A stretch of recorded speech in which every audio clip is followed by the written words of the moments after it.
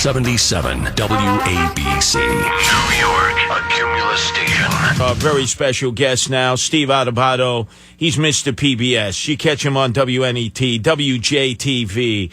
He's the author of the upcoming book, Lessons in Leadership, and I always see his ufach on some kind of advertisement promoting some kind of seminar in the Newark Star-Ledger. Did I get that right, Steve? You did, and I'm also heading down to the beautiful Jersey Shore, not to be confused with what's going on Long Island. I'm going to Jersey Shore where it's all happening this weekend, Curtis. Yeah, well, I'm trying to figure out from Wildwood to Point Pleasant, you're probably hanging out at Joe Pesci's joint, right?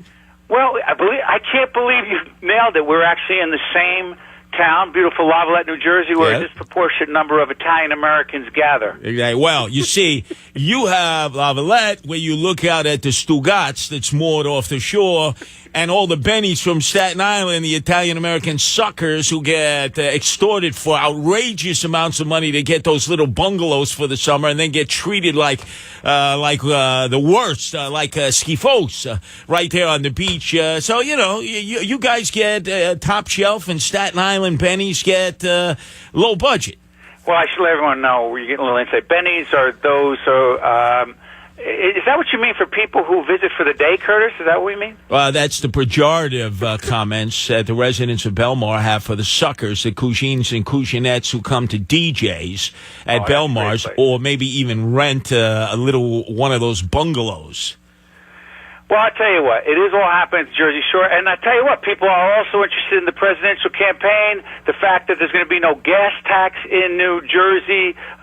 Today was supposed to be the vote. Listen, people can enjoy the weekend and still be aware of politics going on. All right, but first let's hit the gas tax, because if in fact this gas tax is increased, it gives us no reason to even visit New Jersey, because the whole purpose of someone from New York going to New Jersey is to gas up on cheap gas. And yeah, if you're in the 5 boroughs of the city of New York, hit Walmart, which they won't permit here, which is crazy. And so we go over the Outer Bridge Crossing or the Goethals Bridge or the Bayonne Bridge. We get clipped there with the tolls of the Port Authority. And then we get cheap products from Red China at Walmart's in Woodbridge. Curtis, I know there's a question in there, but you also provided your commentary against the gas tax, but I hate to disagree with you, with your great audience. And I can't pander to them right now, Curtis, because the fact is we needed that gas tax increase. It hasn't been increased since 1987. We needed that money because the roads and the bridges are falling apart in New Jersey. We needed that money because the so-called Transportation Trust Fund that provides the money to fix the roads and bridges that are falling apart, because everybody has potholes, cost several $100s to get fixed, $1,000, if you will. Those dollars, those gas tax dollars, Curtis, that increase that they didn't pass because the legislators didn't have the guts to do it today, that means more potholes, more problems with your cars, more roads and bridges being shut down. That's why we needed that gas tax. Not because I want to raise taxes, because we needed the money. You're absolutely correct. About 6 months ago, I did a foray into Newark on South Orange Avenue, avoided some of the drive-by shootings that were taking place. But we must have crashed our Guardian Angel truck into what were not potholes, but sump holes. They just swallowed us up into the asphalt. You're absolutely correct. But why did this all have to be done at the very last second? Members of the Assembly, of which you used to serve, said, hey, it's okay, but let us at least read the legislation, have a little bit of a debate, and then vote it up or down. Curtis, this is New Jersey. Why would you expect anything other than a last-minute, 2-minute warning when, in fact, they knew this thing called the Transportation Trust Fund had been running out of money for years? They knew this for years, Curtis, but they waited. They delayed. They pushed it as if this day wasn't going to come, D-Day, if you will, when the gas tax was going to be passed or not, and the Transportation Trust Fund would be out of money, which means no more money for roads and bridge repair. They knew it, so they screwed up. They screwed the citizens of New Jersey. Now, nobody wants a gas tax, but here's what's going to happen. When they don't have money to fix the roads and bridges, and people constantly are going to be detoured because roads and bridges are shut down, they're going to ask what happened. And the answer is going to be legislators waited too long, they didn't plan accordingly, and no one wanted to be, quote, blamed for raising taxes. Well, who do we blame for the fact that everything's crumbling? And I completely understand that, having experienced that myself. But I think most of us, whether you reside in Jersey or you're just passing through and you get clipped on the Turnpike at an incredible amount of money each time you get on the Turnpike and get off, where does all that money go to? People scratch their heads and they say, right. wow, $5, $7, $8, $9. You know, by the time you ride, let's say, from the airport, the Newark airport down to the exit, like exit 4 Camden, you're like, man, you got to take a reverse mortgage to get off the Turnpike. Curtis, you got it 100% right here. Those dollars are supposed to be for Turnpike repair, if you will, maintenance. The problem is the Transportation Trust Fund is supposed to be for, like, Route 46 coming out of Manhattan, Route 3, roads, bridge repair there. That's not Turnpike money. That Transportation Trust Fund was supposed to be funded with something. That's what the gas tax increase was supposed to go for. The problem is going to be not on the Turnpike, but on all the other highways, all the other roads, all the other side streets. Curtis, look, nobody wants to raise taxes, but Governor Christie and the legislature knew this was coming. Nobody wanted to say, I'm in favor of it.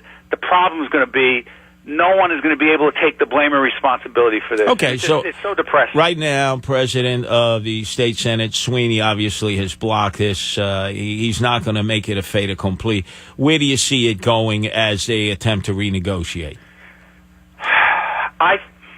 Curtis, I think this was the one window they had. I really do. I felt like there was going to be so much pressure to do this.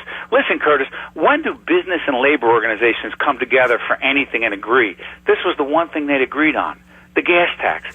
Business, the Chamber of Commerce, we're supporting this. When does the Chamber of Commerce support a gas tax increase? What they felt was it was the only way to keep things moving on the highways, on the roads and bridges. The fact that Democrats and Republicans didn't do it now, I hate to say this because I want to be an optimist, I think this was the window. They're not going to do it, Curtis. They're going to borrow more money. There's going to be a new governor in a year and a half or so, and they're going to say, let's see what we can do with the next governor and see what happens. They're going to punt on this again. As you're down in Lavalette serving drinks to Joe Pesci, who's flashing his gun and saying, hey, come on, faster service here, and then shooting at your ankles there and making you dance in front of him, there's going to be talk about, is this hype or is Dr. Ben Carson actually vetting out Shamu El Jefe, Chris Christie, as a prime-time vice presidential pick for Donald Trump? I love how you make reference to a scene in Goodfellas, with Pesci. I love that. It's so inside, but I appreciate it. Well, it's all you New Jersey guys. You're Essex County boys. So, hey, you're all crooked down to the marrow of your bones. You knew I would know that. But here's the thing. I actually believe that even though on paper, you'd say, how could Donald Trump pick another guy from New Jersey, Chris Christie, right? Here's why I think it could happen. Trump trusts Chris Christie. Chris Christie may be the only person who has the ability to not rein in, because that's ridiculous, but actually give advice to this wild card, this guy out of control, the guy that I don't trust, I don't like, and believe me, I don't like Hillary Clinton either. I think Chris Christie may be the only person who can talk to Donald Trump and give him some sense of what that needs to be done. Now, I'm not saying that Trump does it every time, but I think Trump actually likes, trusts, and respects Chris Christie. Forget about geography. Forget about what makes sense politically. I think this could happen. Wow. So it doesn't stack up regionally as a smart move, but you mean just in terms of compatibility and staying on point. You think Chris Christie can bang away at Trump and keep him on point? No, I don't think he can keep him on point. I think he can help Trump be closer to being on point than anyone else. And I'll tell you something else. I think Trump's kids, who have a lot of influence, like and respect Chris Christie, and that matters because Corey Lewandowski would still be there if it weren't for Trump's kids and Chris Christie, in my opinion. That matters. They're close. There's a connection. And to Donald Trump, trust is number one. Now, what happens when Dr. Ben Carson looks at Chris Christie, because they obviously campaigned against one another for quite some time, says, Chris, got to lose about 50 pounds. If you're really going to get on that national stage, you got to lose 50. Will Chris lose it? The governor is always working on his fitness like millions of Americans. He struggles in that area. Curtis, we're all not perfect like you. Let me tell you something. If three of you guys, Pesci, you, and Christie, were sitting at a card table in Lavalette, Who would the cannolis go to? I would have to take the cannolis, Pesci would take the gun, and Christie, as a former prosecutor, would make sure everything was legal. The Jersey Shore kid himself, son of Newark, former, actually, assembly person who served in Trenton, Steve Adubato.